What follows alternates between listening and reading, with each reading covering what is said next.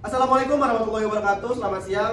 Kami dari kelompok 2 ingin mempresentasikan hasil analisa kami, yaitu bernama Dosen Juga Manusia. Sebelumnya perkenalkan, saya Bagas Miftahul Haq dan teman saya Dina Deva Pratama.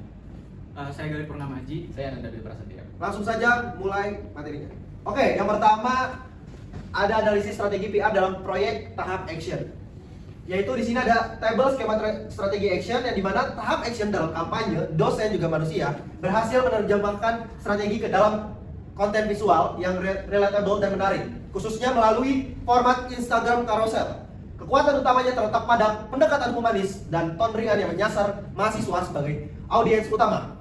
Konten menampilkan sisi personal dosen dengan tujuan memecah kesan formal dan menciptakan ruang dialog informal. Tantangan yang muncul adalah kemungkinan mispersepsi bahwa kampanye bersifat gimmick atau tidak menyentuh akar persoalan. Jika dijalankan secara nyata, perlu disiapkan strategi respon cepat terhadap feedback dan konten lanjutan berbasis data dari keterlibatan audiens. Selanjutnya, kita masuk ke pemetaan stakeholder. Yang pertama, ada 3 stakeholder utama, yaitu mahasiswa Vkom, dosen Vkom, dan dari kami Gagasan Muda. Dengan ada 3 kepentingan. Ada kepentingan mahasiswa Vkom, yaitu merasa didengar, nyaman berinteraksi dengan dosen. Yang kedua, dari dosen Vkom, kepentingannya menjalin hubungan baik dengan mahasiswa tanpa mengorbankan otoritas. Yang ketiga, Gagasan Muda dari kami, yaitu fasilitator kampus yang ingin mendukung suasana akademik inklusif. Selanjutnya kita masuk ke strategi komunikasi dari mahasiswa Vkom, yaitu kampanye visual ringan, polling story. Yang kedua, dari dosen Vkom, yaitu pendekatan informal dan kolaboratif. Yang terakhir dari kami sebagai Gagasan Muda, kolaborasi, promosi, dan penyebaran konten. Selanjutnya kita masuk ke media yang kita pakai. Yang pertama untuk mahasiswa Vkom yaitu Instagram carousel dan Instastory. Yang kedua untuk dosen Vkom yaitu poster digital plus IG story repost. Yang terakhir dari Gagasan Muda dari kami yaitu Instagram carousel dan story. Selanjutnya ada beberapa alasan yang ada di pemetaan stakeholder ini. Pertama, alasan untuk mahasiswa Vkom yaitu media ini paling akrab dan interaktif bagi seluruh mahasiswa Vkom. Terus yang kedua untuk dosen Vkom yaitu alasannya dosen bisa memilih tingkat partisipasi sesuai waktu dan kenyamanan. Yang terakhir dari kami sebagai Gagasan Muda yaitu media efektif untuk penyebaran cepat antar jaringan. Selanjutnya masuk ke pesan kunci. Yang pertama ada namanya ajak ngobrol santai. Nah, pesan ini mendorong mahasiswa untuk membangun komunikasi non formal dengan dosen dan nada komunikasinya ringan dan bersahabat, membantu mengikis kecanggungan yang umum terjadi dalam hubungan akademik. Yang kedua, gak cuma soal nilai. Nah, di pesan ini mengajak seluruh mahasiswa untuk tidak membatasi interaksi hanya pada urusan akademik. Hal ini memperkuat citra dosen sebagai individu yang terbuka terhadap percakapan personal yang membangun kedekatan emosional. Yang terakhir, visual ini merupakan bahwa percakapan dosen bisa dimulai dari topik santai untuk membangun koneksi yang lebih manusiawi. Oke, selanjutnya di sini ada evaluasi efektivitas media dari Instagram carousel sama story polling udah kita jalanin. Yang pertama ada Instagram carousel nih, indikator keberhasilannya yaitu meliputi 110 likes, 43 komentar dari 640 reach, dan itu tuh engagement rate-nya sekitar 16,2%. Nah, alat ukurnya adalah Instagram Insight itu 110 likes dan 43 komentar pada konten carousel Dosen Juga Manusia yang diunggah di akun Instagram Gemes pada tanggal 17 Juli 2025. Nah, strategi pengembangannya yaitu tindak lanjut topik dengan komentar terbanyak.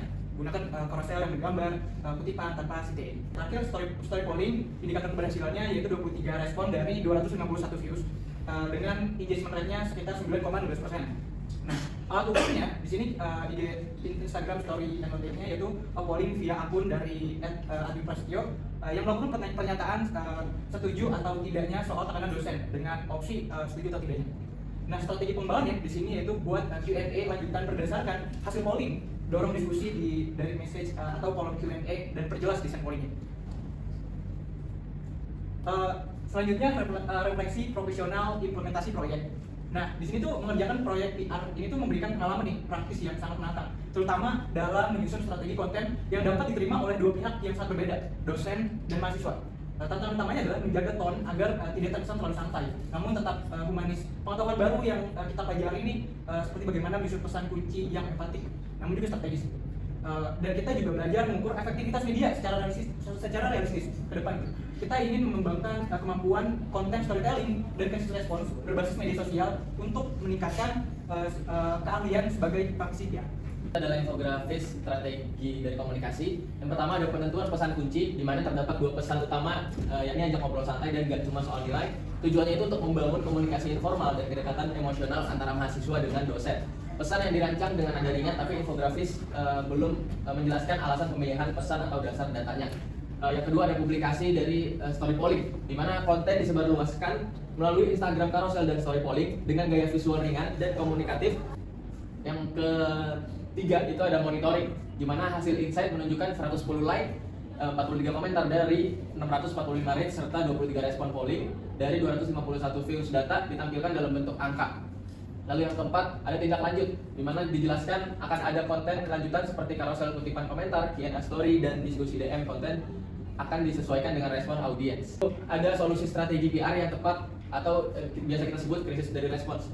Di sini ada skenario krisisnya, yaitu setelah carousel diposting muncul komentar negatif.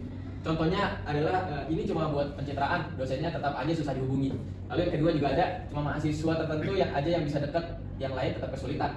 Selain itu kita juga membuat langkah-langkah dari respons ini, di mana yang pertama itu ada beberapa tahap, ada 5 tahap: identifikasi, respon komentar, lalu story klarifikasi, konten tindak lanjut, dan juga evaluasi internal. Untuk langkahnya di identifikasi itu kita kumpulkan komentar negatif dulu dan analisis persepsi umum, lalu kita pentingkan alasannya, di mana alasan identifikasi ini data penting untuk validasi isu tersebut.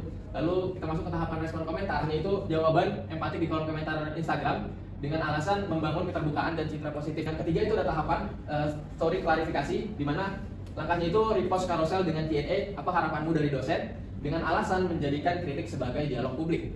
Lalu yang keempat ada konten tindak lanjut. Langkahnya carousel lanjutan berjudul komentar kamu, perubahan kami, dengan alasan transparansi dan data faktual untuk validasi kerja kampanye. Lalu yang terakhir ini ada evaluasi internal, di mana langkah dalam evaluasi internal ini merupakan rapat tim dan survei online untuk refleksi dengan alasan memastikan strategi beradaptasi secara dinamis. Rencana key message atau pesan kunci yang kita bangun melalui 2 media, yaitu kita menggunakan media Instagram dan juga WhatsApp group.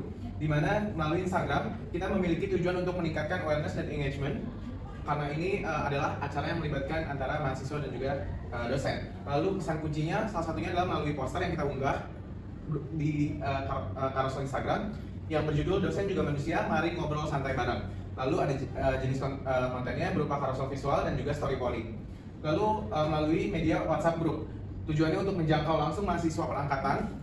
Lalu dengan key message forum ngobrol terbuka, bukan forum nilai, yang kita buat dengan jenis konten broadcast info program dan juga feedback from link.